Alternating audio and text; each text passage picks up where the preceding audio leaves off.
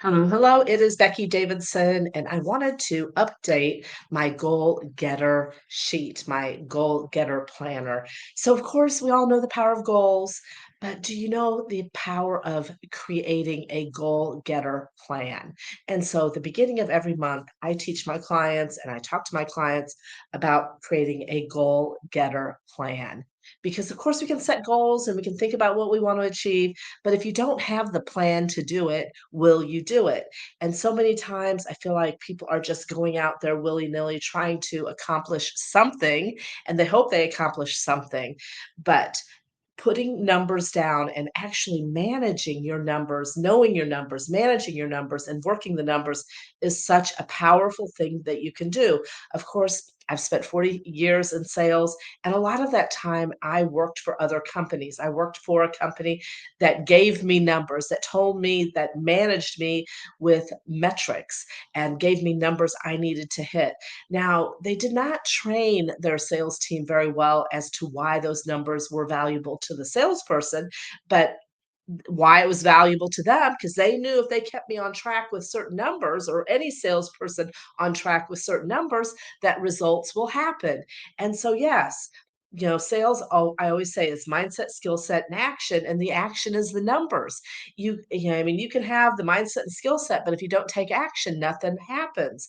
And so, we're going to talk about the numbers and the numbers that you need and create a plan for you. We're going to reverse engineer a plan to help you accomplish what you want to accomplish, hit those numbers, and have success. So let's figure out what we need. Hold on a second.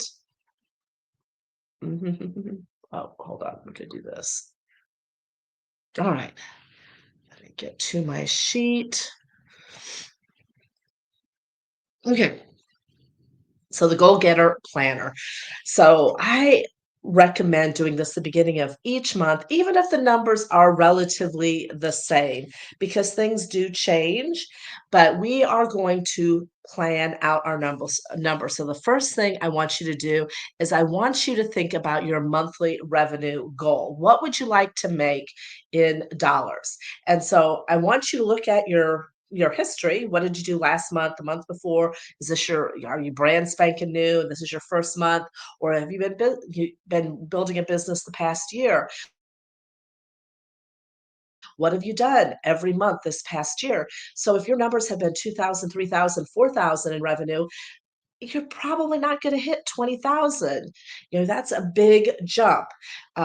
Or if you're brand spanking new, you're probably not going to hit 15,000, 20,000. Of course, also look into what is the price point of the products you're selling, because I had a client recently that had a huge week, but they're selling commercial cleaning jobs, and she had like a $20,000 sale.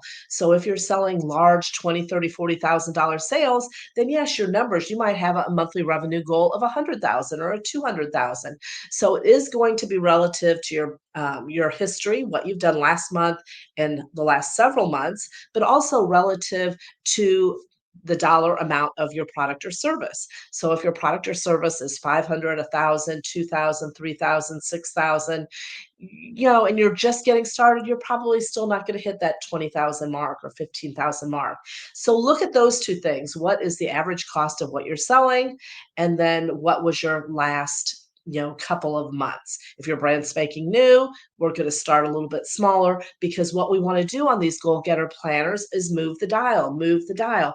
I want to stretch you, but I don't want to freak you out. I want you to come up with a stretch goal that makes you do a little bit more, do a little bit better, move the dial just a little bit, because I have found sometimes people have great months and then the next month they fall off. I would rather steady, consistent growth than have some crazy month that you can't sustain. So come up with your monthly revenue goal. And for the sake of this particular training, we're just going to say the monthly revenue goal is $10,000. It's a nice round number to work with.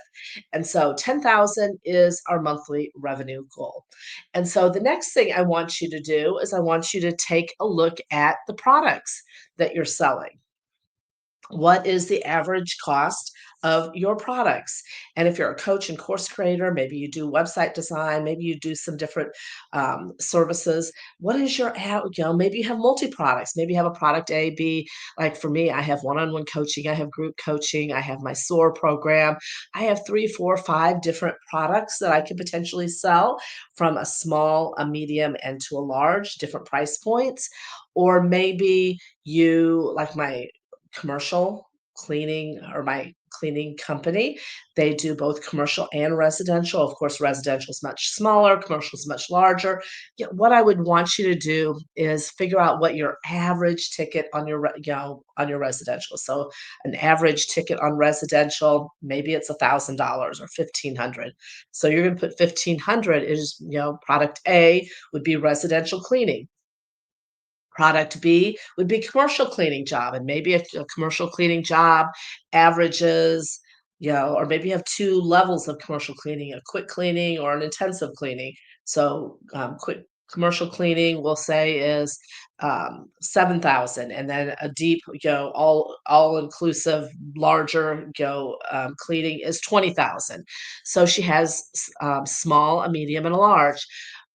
So figure out, what 2 or 3 different products. I know I have a painting contractor that I'm working with, same thing. She works with small, residential cleaning, and then she works with commercial cleaning.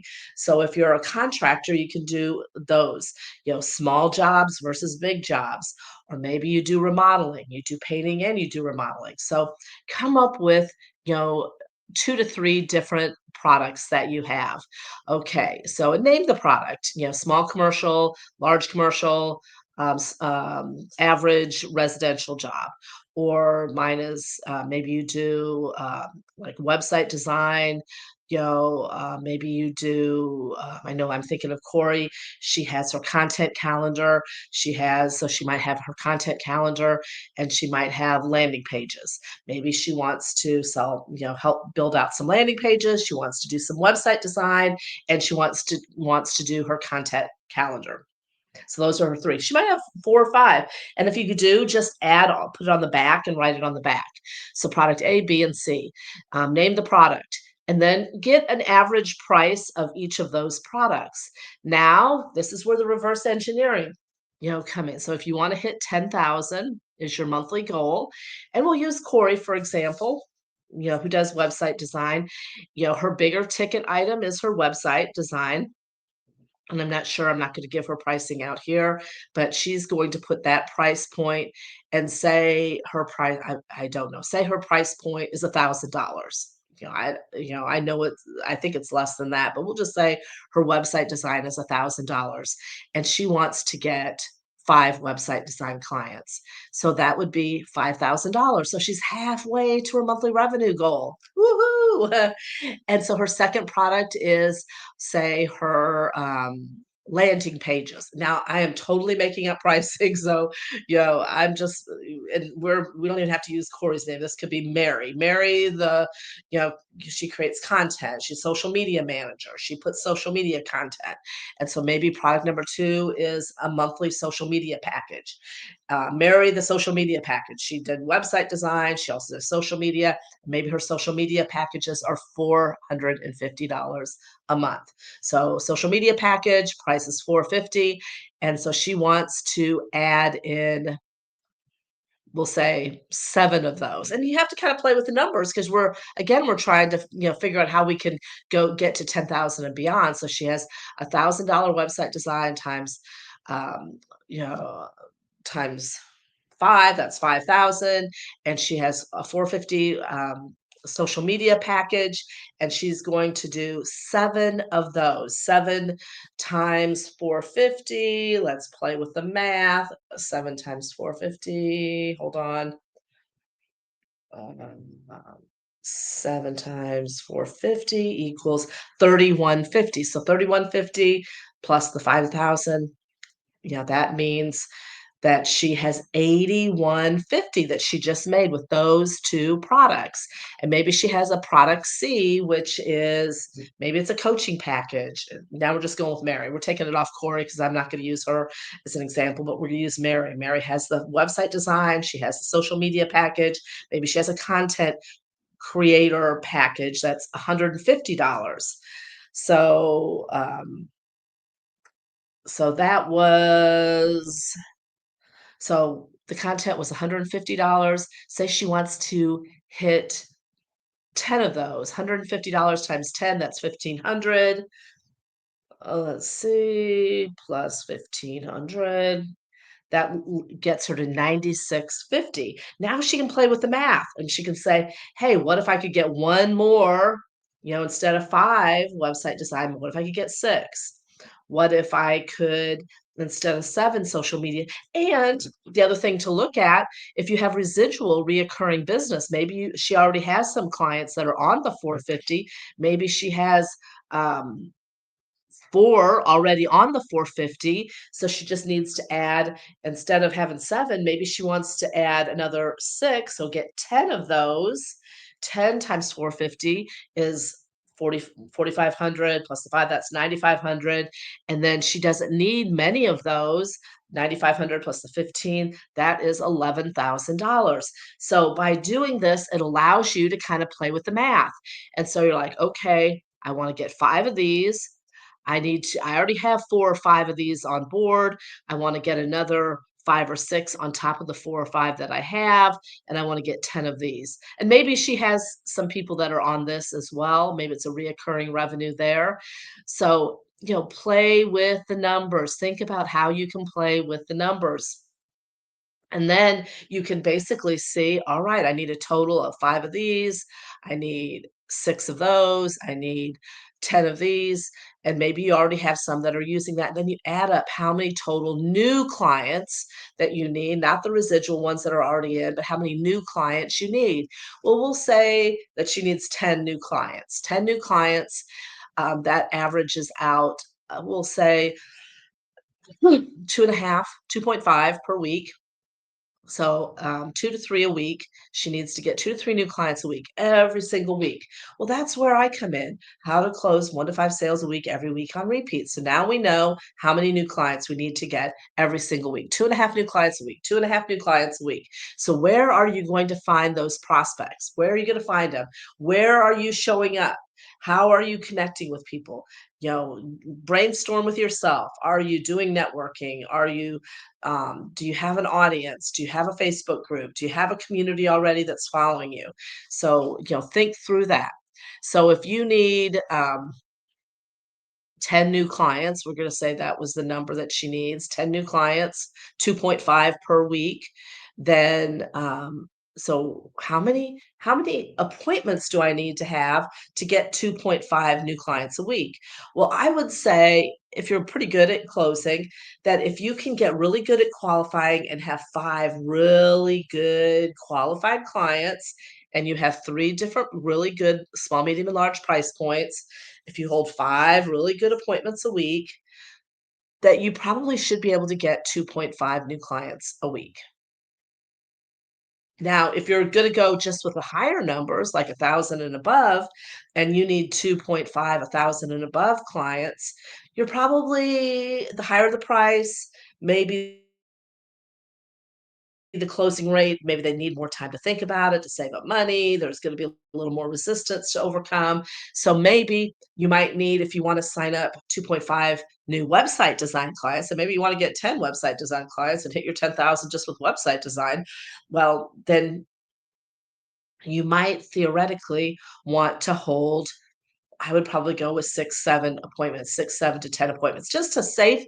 I like to always have more appointments than I need. So maybe it's holding 10 a week, holding 10 a week, holding 10 a week. Now, of course, I had a client that went 6 weeks, held 10 appointments, and closed all 10 website design clients. So that's totally doable, but you have to have the game plan. You have to have the strategy. You have to have how to lead them to the decision, which if you don't have that type of closing ratio, make sure to get a hold of me and I can help you improve your closing ratio. But if you want to close, 2.5 new website design or coaching clients, higher ticket coaching clients a week, and you want to close 2.5 to 3 a week, I would probably say holding, 6, 7, 8 to safe bet it, maybe 10. I would shoot for 10 a week, 10 a week, 10 a week, 10 a week, 10 a week, 10 a week. And even those that, say you hold 10 a week and you get 3 signups, so 7 of them don't, they're still in the pipeline for in the future, right? They're still out there for the future. The other thing I want you to look at, so if you're going to hold 10 appointments a week, that means you need to be booking 2 a day, and think how many sales presentations you need. But this is another thing to look at. So you're going into the month and say you want to get 10 website design clients. And so it's Mary. She does website design, she does social media, she does landing pages, and she wants 10 website design clients.